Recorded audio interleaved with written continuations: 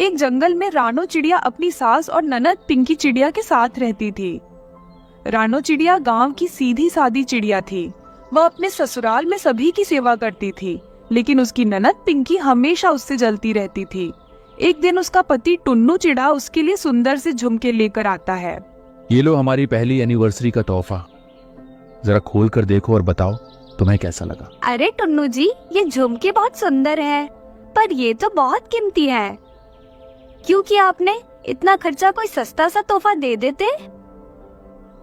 रानो, तुम भी कैसी बातें कर रही हो?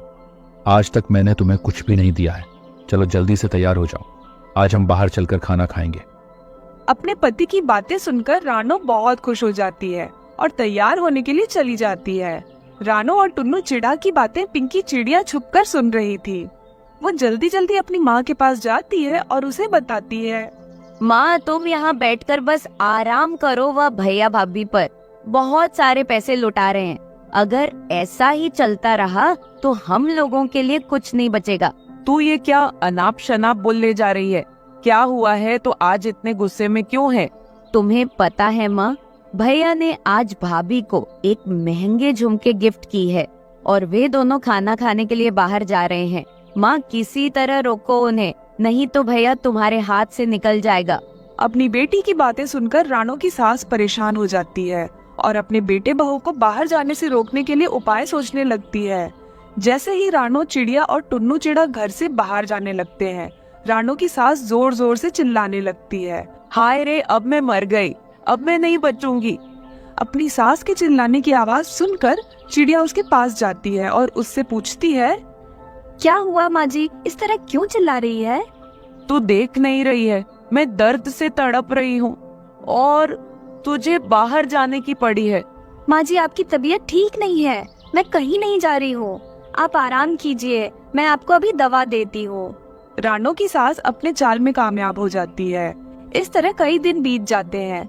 रानो की सास और पिंकी चिड़िया किसी तरह रानो चिड़िया को घर से बाहर निकालना चाहते थे। एक दिन पिंकी चिड़िया पेट दर्द का बहाना बनाती है और रानो से दवा मांगती है। जैसे ही रानो पिंकी चिड़िया को दवा देने के लिए जाती है, तभी रानो की सास वहाँ आ जाती है और वह रानो के हाथ से दवा ले लेती है। अरे टुन्नू बेटा, कहाँ है? जल्दी इधर आ, देख तेरी पत्नी मेरी बेटी को जहर दे रही है। ये सब उसकी सास और ननद की चाल थी। अपनी माँ की आवाज सुनकर टुन्नू वहाँ आता है। रानो की सास झूठ मूठ का इल्जाम रानो पर लगा देती है। टुन्नू चिड़ा बिना कुछ सोचे समझे रानो चिड़िया पर गुस्सा करने लगता है और उसे घर से बाहर निकाल देता है। रानो अपनी किस्मत पर आंसू बहाती हुई वहाँ से चली जाती है।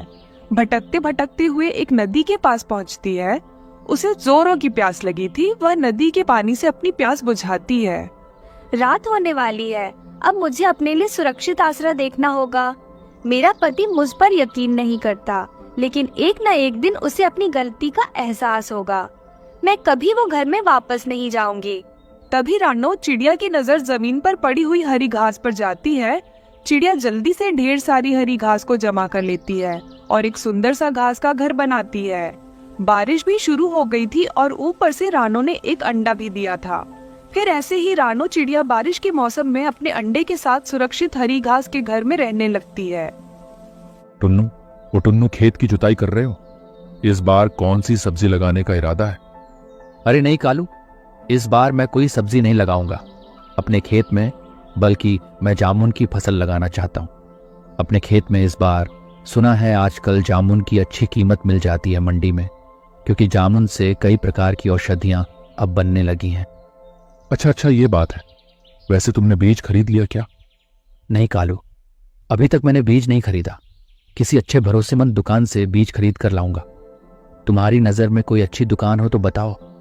अरे वाह टुन्नू, भूल गए क्या मैंने चील के साथ मिलकर शहर में एक बीज की दुकान खोली है।